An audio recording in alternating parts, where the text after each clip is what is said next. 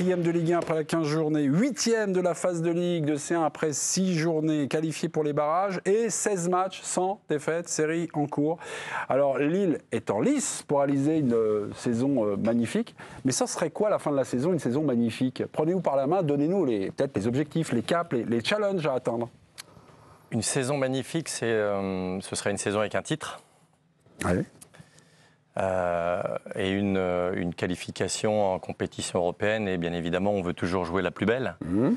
Et quand on a pris goût à participer et jouer à la Champions League, donc c'est forcément la plus belle compétition de club au monde. Donc ça doit faire partie, et ça fait partie de nos objectifs. Petite chose à poser sur la saison, donc la Coupe de sur France. Ah non, Parce que vous n'allez pas gagner la Ligue des Champions. ça va être compliqué, la Coupe de France, ils jouent au Rouen. Et pourquoi pas? La Ligue des Champions, Pourquoi pas? Vous pensez la gagner? Non, mais vous n'avez pas gagné la Ligue des Champions, vous n'avez pas gagné le championnat de France. Donc c'est la Coupe de France, en fait, l'objectif. L'objectif, ou l'idée en tout cas, c'est de gagner un titre, ouais. Après, il y a toujours des objectifs qu'on se fixe dans le vestiaire avec les garçons, avec les joueurs, avec le staff. Et puis après, il y a une communication. Depuis le début de la saison, on a communiqué sur un objectif, c'est de se qualifier pour une compétition européenne. On n'a pas d'obligation économique de se qualifier pour la Champions League, peut-être par rapport à d'autres clubs, mais voilà, mais c'est très loin pour nous, et c'est vrai que ce qui a Là, été vous avez fait... resserré l'objectif, vous devez nous dire top 4. Et quand on est club français, on démarre une saison, on se dit le titre de champion de France, c'est pas possible, c'est pas pour nous, on le laisse au PSG, puis nous on fait le reste. Alors cette saison, pour nous, elle a démarré de façon assez particulière, parce que si on revient au 19 mai 2024, on reçoit Nice, il y a 50 000 personnes dans le stade. À la 92e minute, nous sommes qualifiés pour la Champions League. Et on prend ce but à la 93e minute. Et finalement, vous avez tout un stade avec une atmosphère qui devient pesante, les joueurs qui pleurent. Et là, il faut relever tout le monde, ce que j'ai fait dans le vestiaire juste après le match, en leur disant que la vie était injuste, elle était dure, mais elle était formidable, et qu'on aimait le football et qu'on haïssait le football pour des soirées comme celle-ci. Mais que certains allaient partir, d'autres allaient rester, et que le club était fort. Et qu'on allait revenir plus fort. À ce moment-là, c'est pas simple, parce qu'on est qualifié pour le 3e tour préliminaire de la Champions League, et il a fallu rebâtir une équipe, ou en tout cas bâtir une équipe qui devait être prête pour le 6 août. Pas le 7 août, le 6 août. Et on avait tirage au sort de ce 3e tour Fenerbahçe avec José Mourinho, avec un recrutement impressionnant. Et quand on se rappelle à l'époque quel est le contexte, il n'y a pas de droit télé.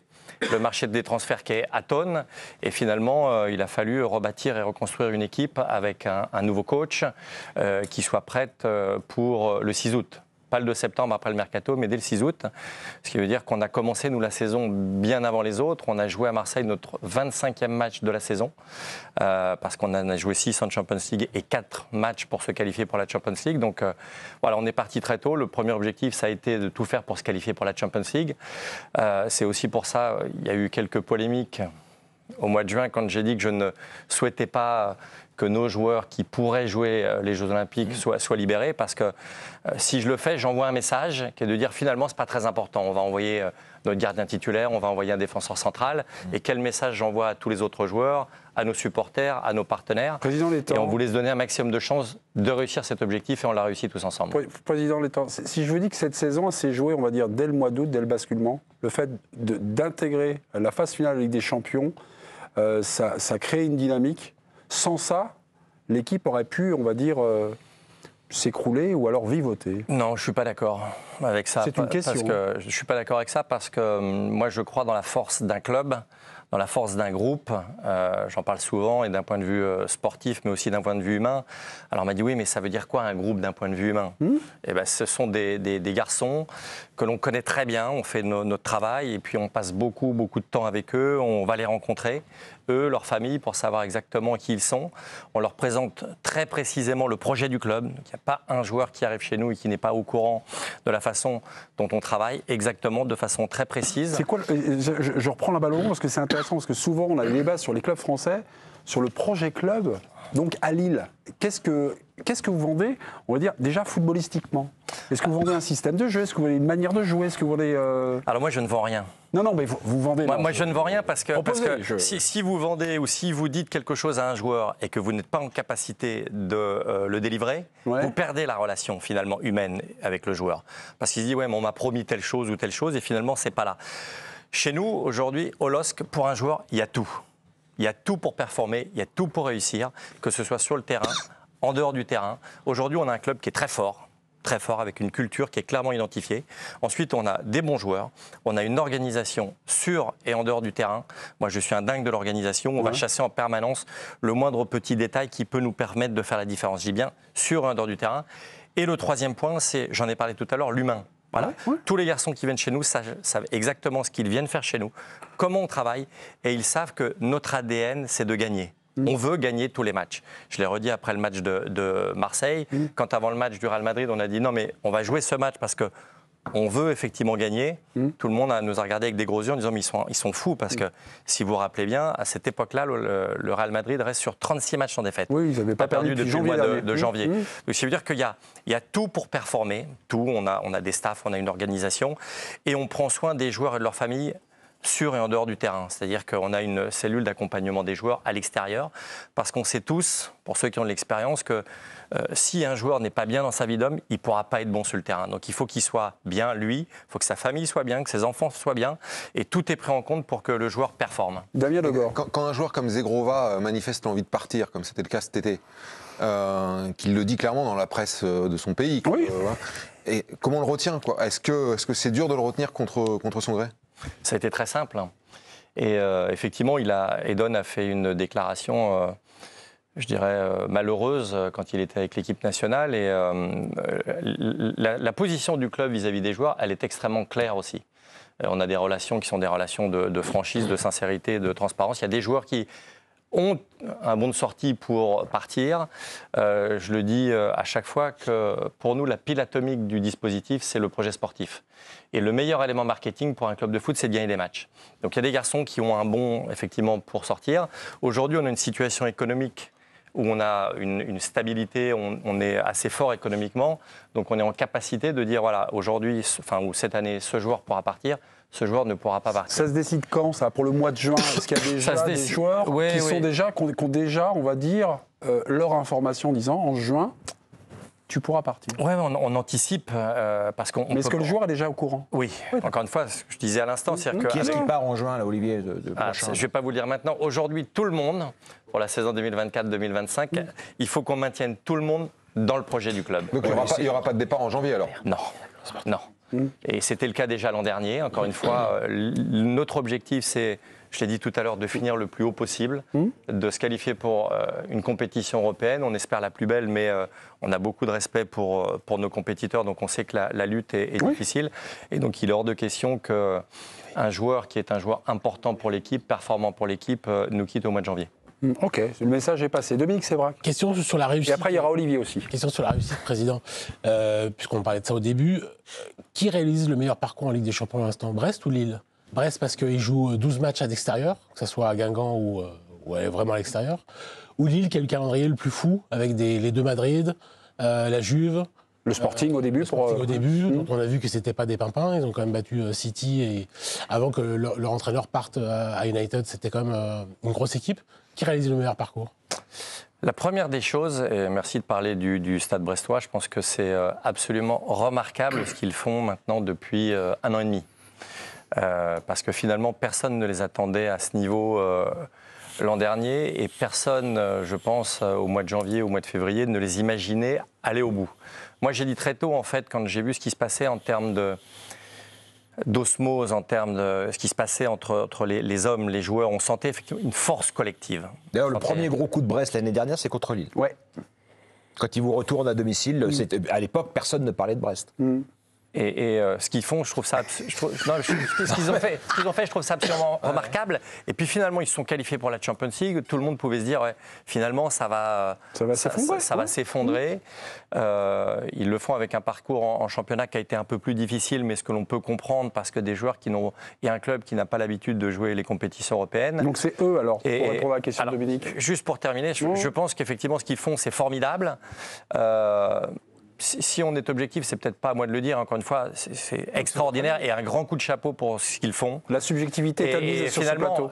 Si on regarde effectivement les équipes rencontrées, nous on a joué le Real Madrid, on a joué l'Atlético Madrid, on a joué la Juventus, on a joué le Sporting au début de saison, on a joué Bologne. Voilà, donc on peut dire que ce qu'on a fait est absolument extraordinaire aussi, remarquable. Maintenant, c'est pas fini. Et pour le Stade Brestois et pour nous, il reste 2 matchs. Mais vous êtes qualifié. On est qualifié pour quoi? Pour les 24. Ouais, pour le top 16. Si on nous avait dit au départ, effectivement, si on va se qualifier pour jouer les barrages, on vous aurait dit c'est formidable. Oui. Aujourd'hui, à 2 matchs de la fin, avec 2 matchs qui vont être très difficiles, on se dit, finir dans les 8 premiers, ça nous permettrait, si on regarde le calendrier de janvier et février qui est super compact, de s'épargner 2 matchs au mois de février. Donc ce serait, voilà, ce serait maintenant, on a un match à Liverpool, qui pour moi est probablement la meilleure équipe européenne en ce moment. Et ensuite, on aura un match contre une équipe qui a mal démarré sa saison, mais qui aujourd'hui revient très bien, qui est Feyenoord, Rotterdam, et qui a une très belle équipe. Et donc avec probablement une finale à jouer chez nous dans un stade plein. Olivier. Oui, alors moi je reviens sur le Sporting justement, parce que comment vous les avez récupérés, les joueurs et le staff d'ailleurs, qui après cette défaite 2-0. Oui, et comment vous les avez donc récupérés? Comment, parce que vous parliez de l'humain tout à l'heure, et comment vous les emmenez pour réussir, avec Bruno, mais ce qu'ils ont réussi à faire contre les 2 Madrid? Alors moi déjà, je crois beaucoup à la culture de club. Et quand vous avez une culture de club dans laquelle l'ADN, c'est de dire on veut gagner. D'accord. C'est facile de dire on veut gagner. Oui, c'est comment. Non mais justement, donc j'y viens. C'est comment on fait pour gagner. Comment on est organisé, comment on est structuré. On connaît les joueurs, ils vont toujours chercher des excuses, les joueurs. Donc il faut effectivement les mettre dans un environnement dédié à la performance, où tout est fait. Et les joueurs savent chez nous, je l'ai déjà dit publiquement, qu'ils ne sont pas payés pour être à l'heure, ils ne sont pas payés pour être professionnels, ils ne sont pas payés pour s'entraîner et ils ne sont pas payés pour jouer. Ils sont payés pour gagner des matchs. Et tout est mis en œuvre. Alors on pourrait parler de football et d'organisation en dehors du terrain pendant des heures pour vous dire voilà effectivement quelle organisation est mise en place. Et pour un joueur de football professionnel, venir au LOSC, c'est un environnement extraordinaire. Président Létang, est-ce que vous avez un exemple? Un environnement extraordinaire pour performer. Oui. Est-ce que vous avez un exemple concrètement? Et pour prendre beaucoup de plaisir, en donner beaucoup. Président, est-ce que vous avez un exemple à nous donner en quoi, à Lille, le joueur, on va dire, est pris par la main et accompagné et on va dire poussé sur, pour la haute performance? Est-ce que vous avez un petit truc? C'est juste pour nos téléspectateurs. On vous croit, hein, il n'y a pas de problème, mais c'est juste de concrétiser. Tout est mis en œuvre dans tous les domaines. On a une organisation d'un point de vue technique, tactique, physique, un cadre mental où il ne manque absolument rien. C'est-à-dire que, par exemple, sur les joueurs, à leur arrivée, il y a un screening du corps, mais d'autres font ça, hein, c'est révolutionnaire.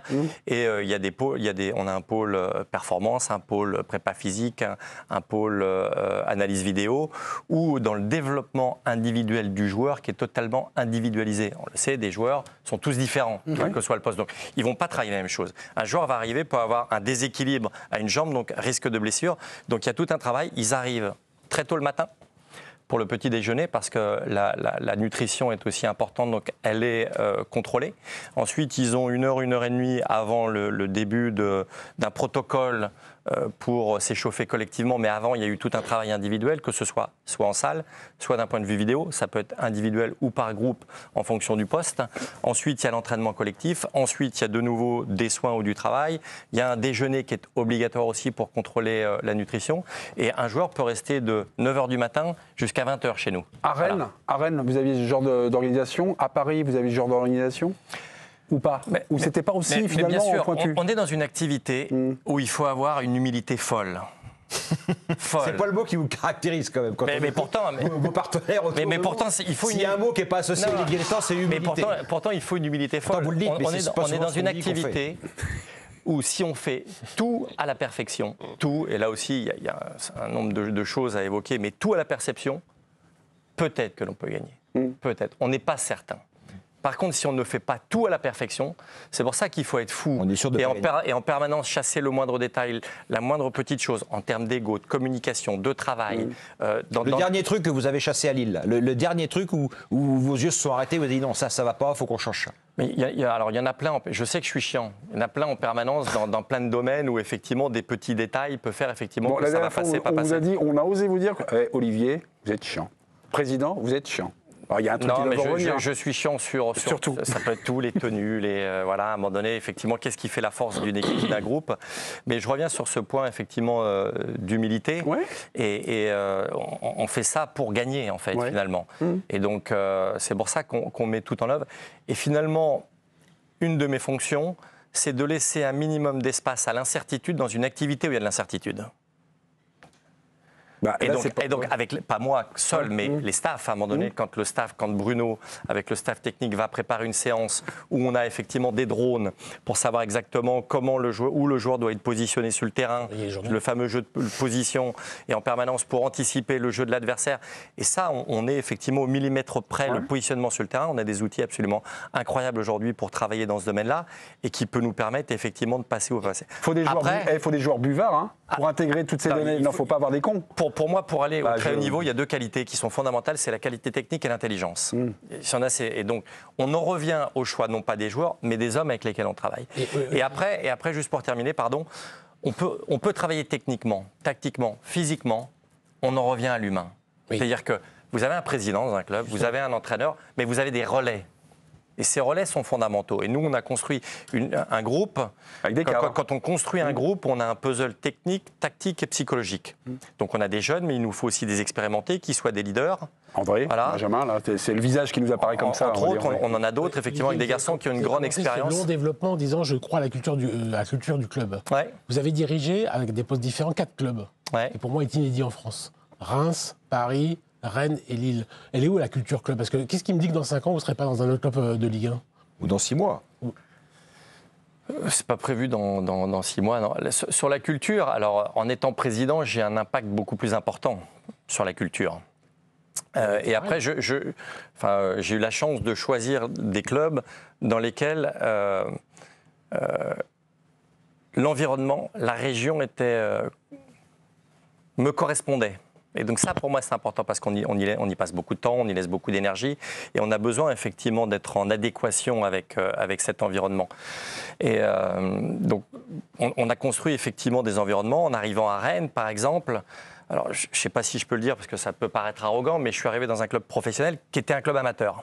Ah, Non, mais ça, c'est énorme de Ça, dire c'est ça de terrible. Rennes. De C'est dire ça de terrible. Mais Rennes. c'était ma terrible. perception. Compte tenu de l'actionnaire, c'est terrible. Non, mais Non, puis c'était Rennes, un club numéro un, amateur. club français, numéro un, la Avant que vous arriviez. les joueurs arrivaient le matin, pas de restauration. Donc les joueurs arrivaient 20 minutes avant l'entraînement, ils s'entraînaient, ils repartaient 1 heure après. On est comment vous pouvez préparer des athlètes pour le très haut niveau. Aujourd'hui, si vous regardez tous les sports aux Jeux Olympiques, qu'est-ce que vous voyez? Des athlètes. Et aujourd'hui, le football, ça va beaucoup plus vite, ça cogne beaucoup plus fort et il y a beaucoup moins d'espace. Il ne peut rien. Hein. Moi, j'ai grandi avec le Barça de Cruyff, où il y avait effectivement des artistes, mais aujourd'hui, il y a ça. Et donc, quand vous jouez tous les 3 jours, quand vous voyez l'intensité des matchs, si vous préparez les joueurs 1h20 sur le terrain, ça ne va pas suffire, hein, parce qu'il faut être en capacité à répéter. Il y a des chocs, donc il faut les préparer à tout ça. Il faut effectivement gérer et intégrer, appréhender la nutrition, tout ce qui est repos, soins, travail athlétique, anticiper un risque de blessure, travailler techniquement, tactiquement, où on a aujourd'hui beaucoup d'outils, mais il faut se préparer à ça. Ça revient un peu à ce que dit Luis Enrique, en gros, quoi. C'est si je pouvais avoir un joystick et puis les télécommander, les déplacer au centimètre près, Non. leur dire où faire. Non, je pense que Bruno en parlerait beaucoup mieux que moi parce que encore une fois, on passe beaucoup de temps ensemble, mais il laisse aussi de la liberté aux joueurs dans le domaine offensif. Parce qu'il y a un élément pour lequel vous ne pouvez pas faire grand-chose, c'est la créativité. Et on a parlé tout à l'heure d'un joueur, Edon Zegrova. Je me rappelle la première fois que je l'ai rencontré, je lui ai dit, Edon, il y a une chose qu'on ne va pas t'apprendre, c'est à dribbler. Parce que tu l'as en toi, il faut absolument le garder, cette créativité. Et on va au stade aussi pour voir des joueurs comme ça. Voilà. Après, un joueur comme lui, qui est un joueur créatif, dès le début, je lui ai dit, attention, il faut que tu comprennes aujourd'hui que le football est un sport collectif. Et l'entraîneur décide quoi? Il décide de jouer du Mozart ou de la CDC. Si l'entraîneur dit on joue de la CDC, il faut que les 11 joueurs jouent de la CDC pour gagner. On peut faire des belles choses. Mais si on veut réaliser des grandes choses, il faut se préparer, travailler, on l'a dit tout à l'heure, et il faut que sur le terrain, tout le monde joue de la même façon. Et depuis quand il est passé de Mozart à CDC? Si on dit qu'à CDC, c'est lui. Non, ça a été un processus avec Edon, parce que c'est aussi quelqu'un qui est peut-être un artiste. Et Paolo Fonseca l'avait aussi beaucoup dit l'an dernier en disant sur le projet collectif. Je me rappelle d'un match au Havre l'an dernier où on gagne 2-0. Il fait une première mi-temps où il met un but extraordinaire et il fait une passe décisive 2-0. Et à la mi-temps, la deuxième mi-temps, il a fait n'importe quoi. Mais n'importe quoi. Et c'est là où on lui a dit, dès après, on lui a dit, ça, c'est pas possible. Si tu veux aller au niveau, les grands joueurs, les grands champions, ils ont marqué 2 buts, ils veulent en marquer 3. On a marqué 3, on va en marquer 4. Et c'est un niveau d'exigence permanent. Et donc ça, effectivement, ça se comprend. Et c'est aussi ce que j'avais dit au sujet d'Edon au mois de juin, à la première présentation ou à la présentation de Bruno. J'avais dit, mais en fait, Edon veut partir. Aujourd'hui, il n'est pas prêt à aller dans un grand club. Le niveau d'exigence d'un grand club, et nous, on les prépare aussi à ça, pour aller d'un très grand club, parce que nous sommes un grand club, et le préparer à ça. C'est-à-dire que la dynamique collective, le respect effectivement du collectif, et puis le fait, encore une fois, d'être... j'ai utilisé ce terme ce week-end, je veux que mes joueurs soient des carnivores, des cannibales, avec cette envie en permanence de gagner. Voilà. Encore une fois, c'est facile de gagner, c'est comment on fait pour gagner. Président, on a des questions des téléspectateurs au Maran, et dans la plage, je crois qu'on n'a pas parlé de quelqu'un déjà. Enfin, vraiment, avec une question. Oui, le président Létang a brièvement évoqué Bruno Genesio. Du coup, on a un de nos internautes qui a une question par rapport à Bruno Genesio. Pourquoi l'avoir choisi, lui, pour pallier le départ de Paulo Fonseca? Et surtout, est-ce que c'est votre décision ou est-ce qu'il y a une intervention de votre actionnaire Merlin Partners? Alors, c'est ma décision, mais moi j'aime bien aussi partager. Et à partir du moment où Paulo ne prolongeait pas son contrat, il faut bien l'anticiper, gouverner c'est prévoir. Et on a eu pour la première fois un contact avec Bruno, on se connaissait un petit peu avant, mais dès qu'il a quitté le Stade Rennais.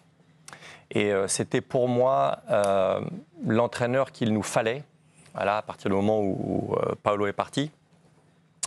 Et pourquoi?